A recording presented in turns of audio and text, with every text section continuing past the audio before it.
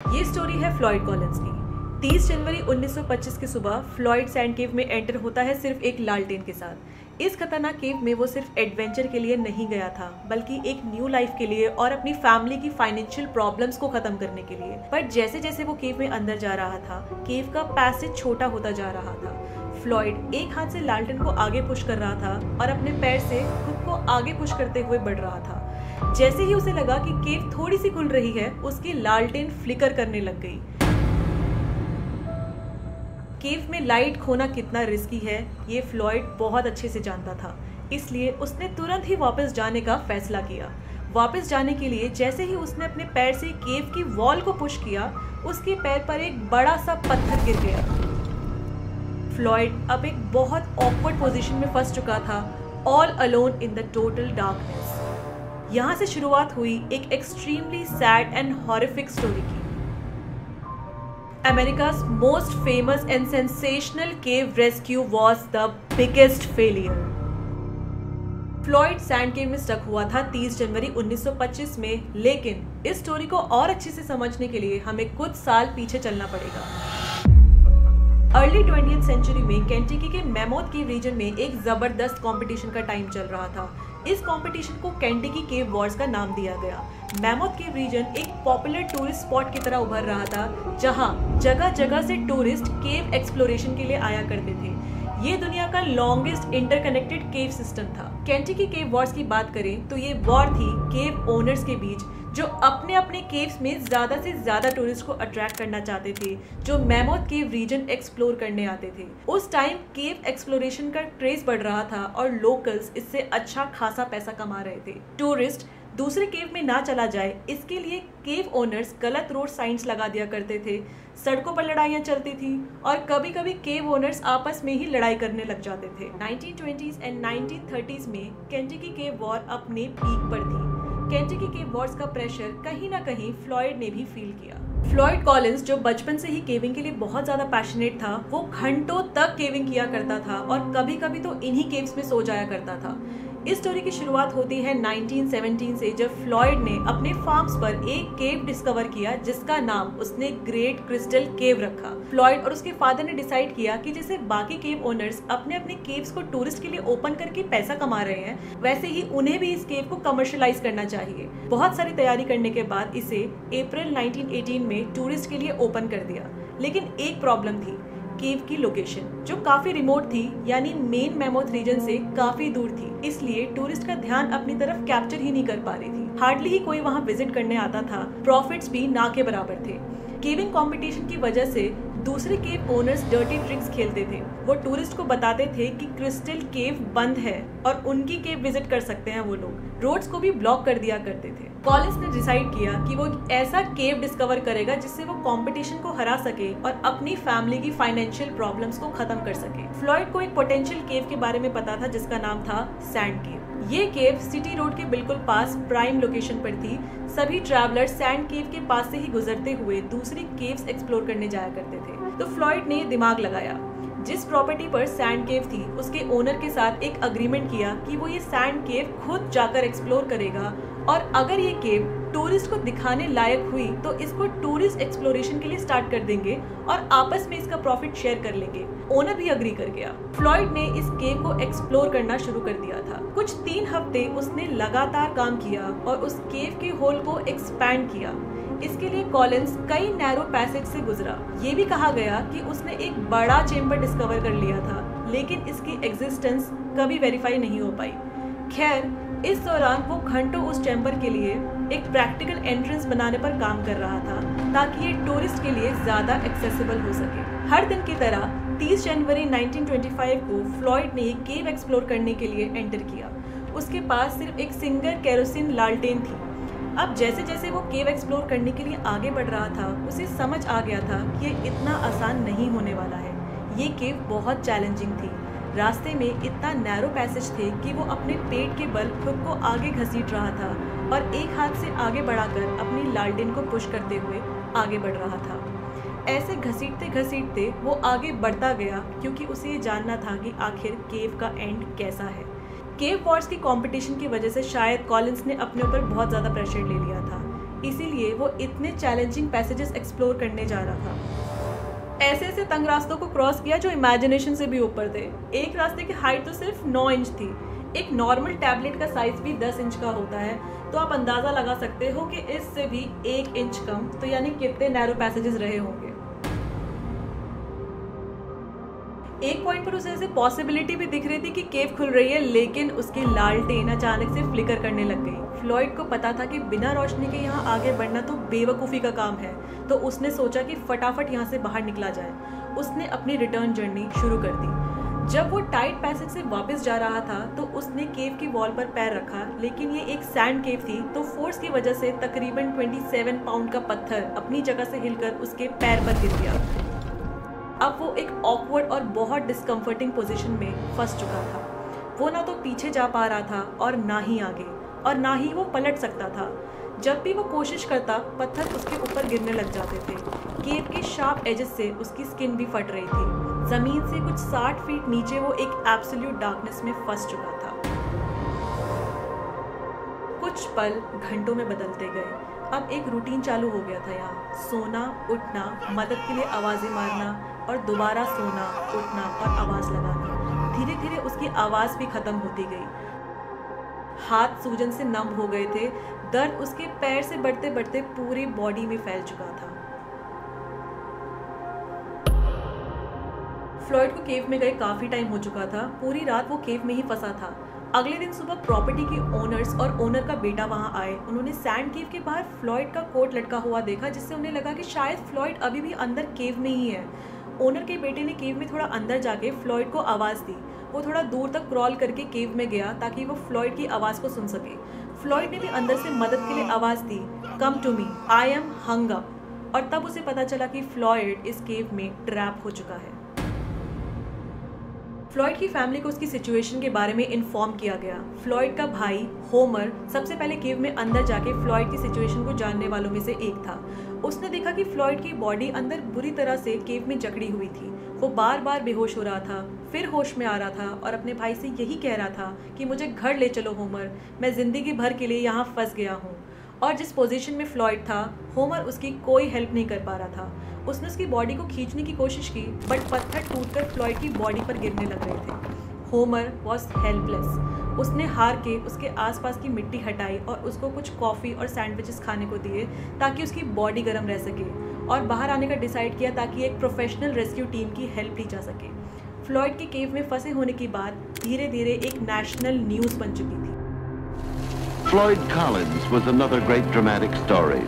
Collins had been trapped in a Kentucky cave by a falling boulder, and the whole wanted to know from hour to hour what progress his rescuers were making. इस story को cover करने William Miller पहुंचा, जो एक journalist था। Homer के केव से बाहर आने पर मिलर ने उसे फ्लॉयड के बारे में पूछा। होमर, जो पहले से ही परेशान और एग्जॉस्ट हो चुका था, उसने गुस्से में बोला, अगर तुम्हें इतना ही जानना है तो वहाँ होल है, खुद अंदर जाके देख लो। मिलर पहला और इकलौता ऐसा जर्नलिस्ट था जो फ्लॉयड की ट्रेजेडी को कवर करने के लिए उस केव में एंटर हुआ। उसने बताया कि फ्लॉयड ऐसे टॉर्चर से गुजर रहा है जो लफ्जों से बताया नहीं जा सकता। फ्लॉयड को केव में गए तकरीबन 3 दिन हो चुके थे और हालत खराब ही होती जा रही थी। उसे निकालने के लिए एक special police fire rescue team बुलाई गई, जिसे लीड कर रहे थे रॉबर्ट। उसने पहले खुद जाकर केव में देखा कि सिचुएशन कैसी है और डिसाइड किया कि फ्लॉयड को रोप से खींचकर बाहर निकाला जा सकता है। उसने फ्लॉयड को बताया कि हम तुम्हें खींचकर बाहर निकालेंगे, लेकिन तुम्हारा पैर डैमेज हो सकता है, मतलब उसे काटना भी पड़ सकता है। फ्लॉयड ने कहा, जो करना है करो, बस मुझे यहाँ से बाहर निकाल दो।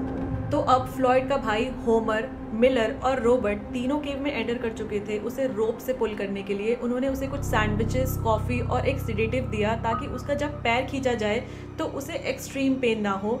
लेकिन इस अटेम्प्ट से उसकी इंजरी तो और ही ज़्यादा बढ़ गई थी। वो चिल्लाने लगा कि प्लीज़ इस अटेम्प्ट को अभी रोक दो, क्योंकि वो बहुत ज़्यादा ही पेन में था। साथ में और छोटे छोटे पत्थर भी टूट कर गिरने लगे थे, जिससे सिचुएशन खराब ही होती जा रही थी। केव के अंदर तो ये चल रहा था, लेकिन केव के बाहर लगभग 200 लोग इकट्ठे हो चुके थे। सेकंड अटेम्प्ट में एक रेस्क्यू शैफ्ट बनाने का प्लान बना, लेकिन यहाँ फ्लॉयड का भाई होमर और लोकल्स को लगा कि ये शैफ्ट बनाने से पत्थर हिल जाएंगे और केव गिर जाएगी, जिससे फ्लॉयड की मौत हो सकती है। रॉबर्ट ने सोचा एक पुलिस सिस्टम बनाकर फ्लॉयड को दोबारा खींचते हुए बाहर निकालते हैं। उसका मेन इंटेंशन यही था कि फ्लॉयड को किसी भी हालत में वहां से बाहर निकाला जाए, चाहे उसका पैरा बचे या ना बचे। बट इस सजेशन को साइड करके पहले ये डिसाइड हुआ कि फ्लॉयड की बॉडी पर जो मलबा है उसको पहले हटाया जाएगा और जैक्स का यूज़ करके उस पत्थर को उठाया जाएगा जिससे फ्लॉयड का पैर फंसा हुआ है। बट ये मेथड भी कामयाब नहीं हुआ। लोकल्स और बाहर से आए लोगों के बीच तनाव बढ़ता ही जा रहा था। वहाँ फ्लॉयड इस उम्मीद में बैठा था कि कैसे भी करके उसे इस जगह से लोग बाहर निकालेंगे। मिलर ने जब लास्ट टाइम फ्लॉयड से बात की थी तो उसके वर्ड्स थे, I prayed as hard as I could. I could hear people coming in, but they seemed far away. I dreamed of angels. I have faced death before, but it doesn't frighten me. But it is so long. Oh God, be merciful. I know I am going to get out. I feel it. Something tells me to be brave, and I'm going to be. Tell everybody outside that I love every one of them, and tell them I am not going to give up. अभी तक Jack वाला idea सबसे अच्छा लग रहा था। ये उम्मीद भी लग रही थी कि इस तरीके से फ्लॉयड को बहुत जल्दी केव से बाहर निकाल लिया जाएगा, लेकिन रेस्क्यूअर्स के बार बार केव में आने जाने से केव की छत में क्रैक्स आने शुरू हो गए थे और बॉडी हीट से केव के कोलैप्स होने के चांसेस भी बढ़ रहे थे। अब 2 रेस्क्यूअर्स सैंड केव में फ्लॉयड को खाना देने के लिए पहुंचे तो उन्होंने देखा कि बड़े बड़े पत्थर और मलबा गिर रहा है। उन्होंने सोचा कि फटाफट यहाँ से बाहर निकला जाए, तभी उन्होंने फ्लॉयड की आवाज़ सुनी। वो कह रहे थे कि प्लीज़ उन्हें कुछ पीने को दे दो, उन्हें प्यास लग रही है। उसमें से एक रेस्क्यूअर फ्लॉयड को कुछ देने के लिए एंटर हुआ, लेकिन यहाँ पे फ्लॉयड सेल्फिश हो चुका था। उसे एक्चुअल में प्यास नहीं लग रही थी, लेकिन वो केव में उनको आवाज़ इसलिए दे रहा था क्योंकि वो कहीं ना कहीं ये समझ गया था कि वो यहाँ पे अब बुरी तरह से ट्रैप हो चुका है और उसके निकलने के चांसेस अब ना के बराबर हैं। तो वो यहाँ पे अकेला रहना नहीं चाहता था, इसलिए वो उनको झूठ बोल रहा था कि उन्हें प्यास लग रही है। रेस्क्यूअर्स को जैसे ही ये बात समझ में आती है वो फटाफट वहाँ से निकल जाते हैं। इस टाइम तक ऑफिशियली केव कोलैप्स हो गई थी। रेस्क्यू टीम और फ्लॉयड के बीच जो एक इकलौता कांटेक्ट करने का रास्ता था वो भी अब ब्लॉक हो चुका था। फ्लॉयड के रोते हुए आवाज़ रॉक्स के पीछे से सुनाई दे रही थी। स्टे विद मी, उसने रोते हुए कहा, प्लीज़ मत जाओ। उसके आखिरी शब्द जो रेस्क्यूअर्स ने सुने वो थे, you are too slow, very slow. क्योंकि ये रास्ता और भी ज़्यादा खतरनाक हो चुका था तो अब यही डिसाइड हुआ कि इस रास्ते से अब और कोशिश नहीं की जाएगी। It was a race against time. Kentucky के गवर्नर विलियम्स ने नेशनल गार्ड के ब्रिगेडियर जनरल हैरी को रेस्क्यू ऑपरेशन का कमांड दिया। ये डिसाइड हुआ कि एक 6x6 की वर्टिकल शाफ्ट बनाई जाएगी, ज़मीन को सीधा फ्लॉयड की साइड तक ड्रिल किया जाएगा। बट अब एक चैलेंज और था कि ड्रिल्स डायनामाइट जैसी चीज़ों का इस्तेमाल नहीं किया जा सकता था क्योंकि इससे केव कोलैप्स हो सकती है। सिर्फ हथौड़े और फावड़े का इस्तेमाल किया जा सकता था। तो 75 लोगों की एक टीम बनाई गई ताकि खुदाई का काम यहाँ पर लगातार चले। ये एस्टिमेट किया जा रहा था कि हर घंटे 2 फीट की स्पीड पर खुदाई करने पर फ्लॉयड तक पहुँचने में करीब 30 घंटे लग सकते हैं। फ्लॉयड को सैंड केव में ऑफिशियली 1 हफ्ता हो चुका था। शैफ्ट बनाने का काम भी बहुत स्लो तरीके से बढ़ रहा था। जितना एस्टिमेट लगाया था उससे तो कहीं ज़्यादा स्लो प्रोग्रेस थी। बड़े बड़े पत्थर, कंकड़ और कीचड़ की वजह से प्रोग्रेस काफ़ी धीरे हो चुकी थी। बाहर अलग ही वॉट छिड़ चुकी थी। जगह जगह से फ्लॉयड के रेस्क्यू अटेम्प्ट को देखने के लिए लोग आ रहे थे। जिस केव को टूरिस्ट के लिए एक्सप्लोर करने के लिए फ्लॉयड इतने दिन लगाए वो खुद वहीं फंसकर एक टूरिस्ट अट्रैक्शन बन गया था। केव के बाहर इतनी भीड़ थी कि रेस्क्यू साइट से ज़्यादा तो ये एक मेला लग रहा था जहाँ तरह तरह के वेंडर्स अपना सामान बेच रहे थे, फूड स्टॉल्स लगा रहे थे और टूरिस्ट वहाँ आकर फोटोज क्लिक करवा रहे थे। न्यूज़ रिपोर्टर्स भी डेस्परेट होकर र्यूमर्स और झूठी बातें फैलाने लग गए थे ताकि उनके पास ब्रॉडकास्ट करने के लिए कुछ हो। मीडिया ने भी यहाँ पूरे सीन को काफ़ी नेगेटिव लाइट में दिखाना शुरू कर दिया था। मेन 4 थ्योरीज चल रही थी। पहला ये था कि एक पब्लिसिटी स्टंट है ताकि लोग फ्लॉयड के ग्रेट क्रिस्टल केव में आए और वो वहाँ नीचे फंसा भी नहीं हुआ है। दूसरा कि फ्लॉयड को किसी अनजान आदमी ने केव में एंटर करने के बाद मार ही दिया है। कुछ लोग कह रहे थे कि उसके लिए जानबूझकर खाना और पानी रोका जा रहा है ताकि वो वहीं मर जाए, और कुछ लोग तो ये भी कह रहे थे कि फ्लॉयड को कुछ नहीं हुआ है, वो ठीक है और हर रात केव से बाहर निकलकर केव में वापस चला जाता है। बाहर तो र्यूमर्स चल रही थी और अंदर रेस्क्यू एफर्ट्स में चैलेंजेस खत्म होने का नाम ही नहीं ले रहे थे। बारिश और बर्फ की वजह से खुदाई की स्पीड और ज्यादा कम हो गई थी। फ्लॉयड को अब इस केव में फंसे 13 दिन हो चुके थे और 1 हफ्ते से ज्यादा हो गया था बिना कुछ खाए पिए। रेस्क्यू शाफ्ट अब भी 48 फीट तक ही पहुंच चुकी थी, लेकिन अभी भी और खोदना बाकी था। 16 फरवरी 1:30 बजे फाइनली रेस्क्यू टीम सैंड केव के पैसेज तक पहुंचती है, लेकिन तब तक फ्लॉयड की डेथ हो चुकी थी। बॉडी की कंडीशन के हिसाब से उसकी मौत को 24 घंटे से ज्यादा हो चुका था।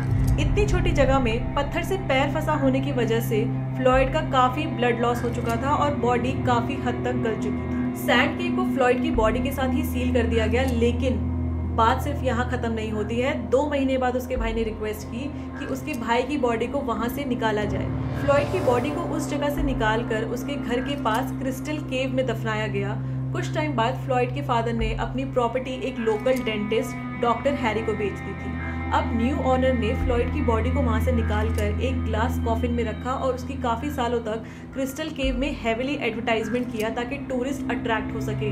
एक टॉम्बस्टोन वहां इंस्टॉल किया गया जिसमें लिखा था ग्रेटेस्ट केव एक्सप्लोरर एवर नोन। लेकिन सरप्राइजिंगली एक रात बॉडी चोरी हो गई और बाद में बॉडी एक पास के खेत में मिली। लेकिन एक और शॉकिंग बात, जो पैर उसका पत्थर की वजह से इंजर्ड हो गया था वही पैर मिसिंग था। इसके बाद उसकी बॉडी को दोबारा क्रिस्टल केव के एक सेक्लूडेड हिस्से में एक चेन्ड कास्केट में रखा गया। 1961 में क्रिस्टल केव को मैमोथ नेशनल पार्क ने खरीद लिया और पब्लिक के लिए बंद कर दिया। फ्लॉयड के परिवार ने उसकी बॉडी को केव में डिस्प्ले करने पर ऑब्जेक्ट किया था और इस बात की रिस्पेक्ट करते हुए 1989 में नेशनल पार्क सर्विस ने फ्लॉयड को प्रॉपर तरीके से बेपिस चर्च सेमेट्री मैमोथ केव में शिफ्ट कर दिया। केविंग एक्सपीरियंस के चलते बहुत लोगों ने अपनी जानें गंवाई हैं, but this was one of the most shocking and sad stories. Comments में जरूर बताना कि आपको ये वीडियो कैसी लगी and I will see you in the next video. तब तक के लिए do like, share, comment and subscribe. Buzz loud.